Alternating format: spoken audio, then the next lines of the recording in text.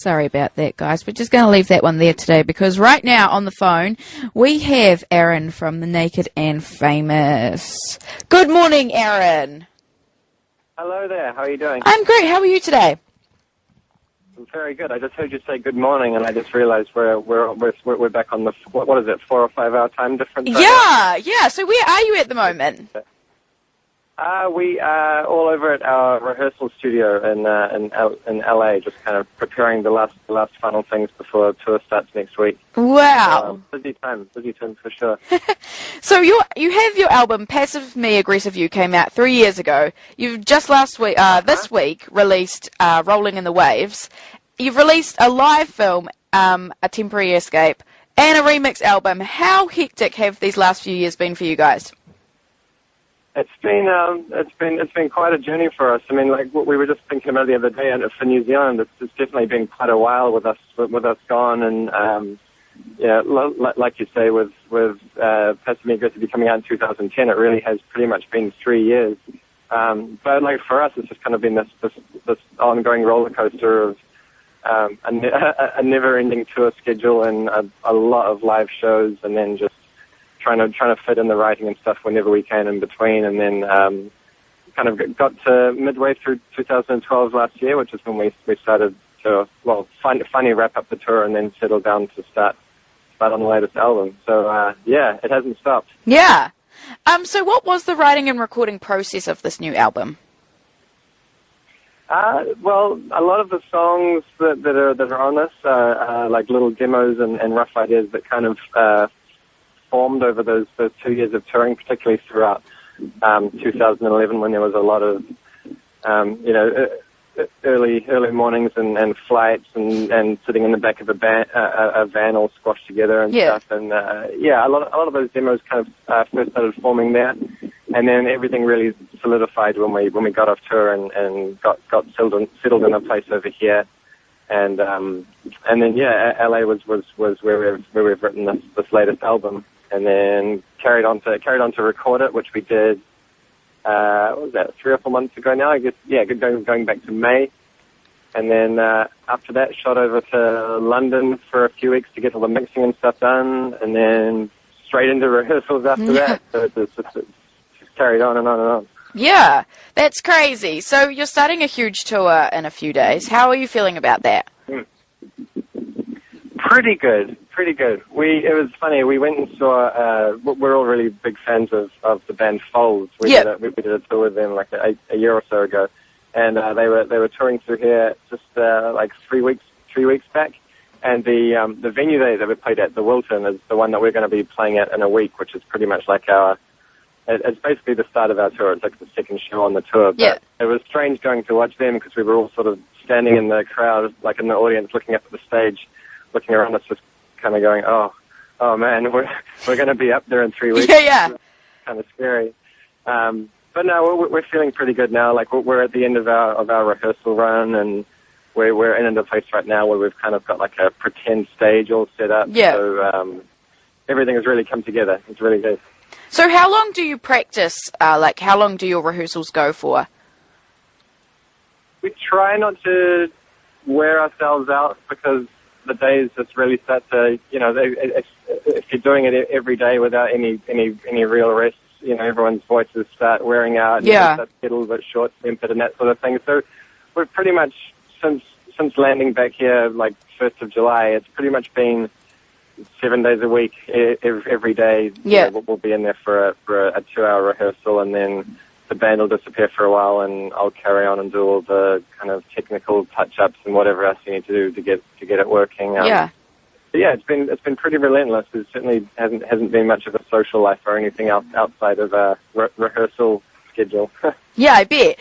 So how has the reception been with the new album? Sorry, say again? I got a helicopter going over my head. Oh, not a problem. How has the reception been with the new album?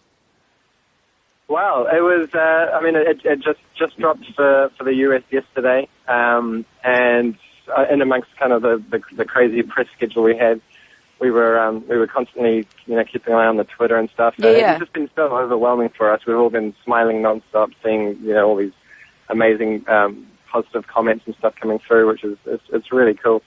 But yeah, early days at the moment, I guess, because Yeah. we're just a day or two into it here. I know New Zealand was lucky to get Yeah. it 4 or 5 days ahead of everywhere else, which is pretty awesome. So are But you yeah, so we're just waiting to see. are you looking forward to touring with like a new album and a fresh kind of sound and stuff?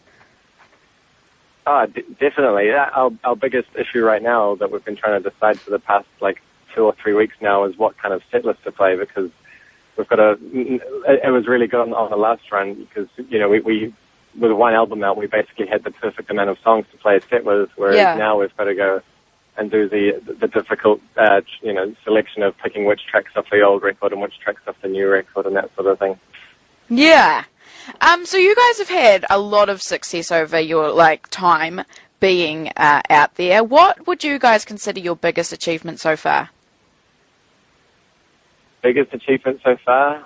It's difficult to narrow it down to one specific thing. It's just been a lot of really fortunate events that have sort of brought us to where we are today. I mean, the whole thing with Youngblood on the radio in the US was definitely a very strong one that really kicked things off in a big way for us here. And I mean, the fact that song is still on rotation on certain stations here is just such a crazy thought, knowing how old it is now. Yeah.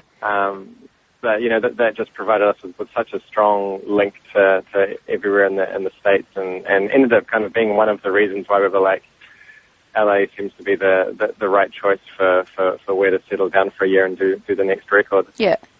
Now that's awesome. So what's next for you guys apart from your huge tour? We're right in that transition period right now where we need to start getting used to being in suitcases again. Yeah. And kind of giving up the houses and realizing we're going to be homeless for the next year and a half of our lives, and everything we've gotten used to being normal is now going to get tipped upside down. Yeah. And that's pretty much all you can focus on now. Like, we've got this tour schedule ahead of us, and it'll just be getting these live shows really, really down, coming down to New Zealand, Australia over Christmas for the, Big Day Out Festival and that sort of thing, which will be really exciting. We're all looking forward to having a little bit of time off and catching up with family and stuff back home, which will be really nice. Otherwise, that's what we've got our eyes set on, just tour now. How hard is it to adapt when you've had a time off touring? How hard is it to adapt to the touring life and on the road? I don't know if it's so hard to adapt going from being still to getting on the road, but I definitely know that last time round, particularly I think it was like Christmas 2011, after we'd pretty much just done that entire year where I think we had maybe 3 weeks off altogether. Yeah. And by the end of the year, when we'd all come back to New Zealand for Christmas, I think everyone had this very similar feeling of being slightly anxious, slightly almost a little bit awkward to socialize with. Yeah. It was just, it sounds strange, but yeah, it's a strange feeling when you've just been moving and homeless, and every day you're in a new surrounding or a new environment to all of a sudden stop and be like, whoa, okay, everything's back to normal now. And it takes a moment for you to kind of take a breath of fresh air and go, okay, I get it now. I get what's going on. No, that's, yeah. Awesome. So here, that's all right, because once we're back there, we then get straight into the New Zealand style coffee and the wonderful meat pies and everything. Yeah. So much from being away, so it all becomes okay very quickly. Yeah. So here at Radio Control, we like to ask the question: if Naked and Famous were a fruit, what fruit do you think you guys would be? You can count a coconut as a fruit, right? Yeah, sure it is. I don't know. Are we counting coconut as fruit? Yeah. Yeah. I'd say that's definitely the case for us. We've kind of got this local restaurant nearby. It's a Vietnamese place that does amazing Vietnamese food. Yeah. But they have on the menu the fresh young coconut, and since discovering that, I'd say pretty much every second day there's generally someone walking around with a coconut and a straw now. And then just recently we've also gotten really hooked on this drink called Coco Cafe, which is basically like coconut juice with a shot of espresso in it. Oh my god! It's really good, and it's kind of what's fueling us probably for the next month of touring right now. That's awesome. With a massive box delivered. Awesome. Thank you so much for your time today, Aaron, and best of luck with the touring. And we're loving your album here in New Zealand. So thank you so much for your time. Thanks very much for having me. Great interview.